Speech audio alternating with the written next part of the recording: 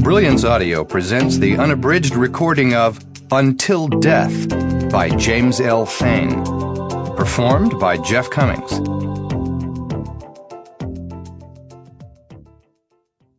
This book is for the men and women of SAG and WNT. Thanks for so many great memories of the Quad Cities.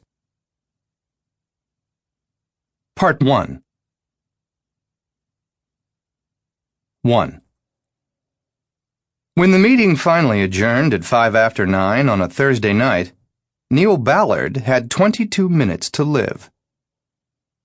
Throughout the meeting, he'd had trouble concentrating. The project under discussion was basically a pro bono job, and Ballard and his company would make almost nothing above and beyond their expenses. Neil could live with that, given the goodwill that would be generated by the firm's contribution to the effort.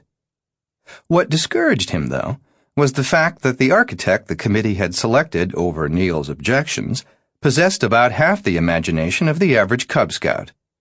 The design was boring as hell. Its implementation wouldn't challenge the abilities of a high school shop class, and the project would be no damn fun at all.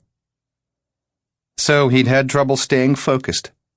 Not like he didn't have other things on his mind and other challenges infinitely more interesting to contemplate than a routine construction job. Getting into his car after the meeting, Neil was already thinking 2 weeks ahead, wondering how he'd ever manage to wait that long.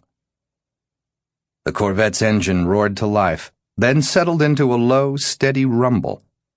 Neil shifted into first gear and eased his way out of the parking lot, waving goodbye to a couple of the other committee members who were standing by their cars, still talking.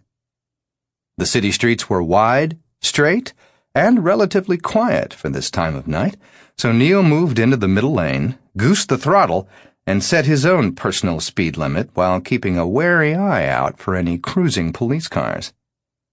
He made relatively good time, and 15 minutes after getting into the car, he pulled up the drive and into the service bay of the workshop adjacent to his home. The shop was Neil's refuge. Theoretically, it provided a place where he could work on his cars and on the occasional household project. But more practically, it offered a haven to which he could escape when he occasionally needed some quiet time to himself, apart from Nancy and the kids and the never-ending distractions of family life. His mind was still racing 2 weeks into the future. Sample complete. Ready to continue?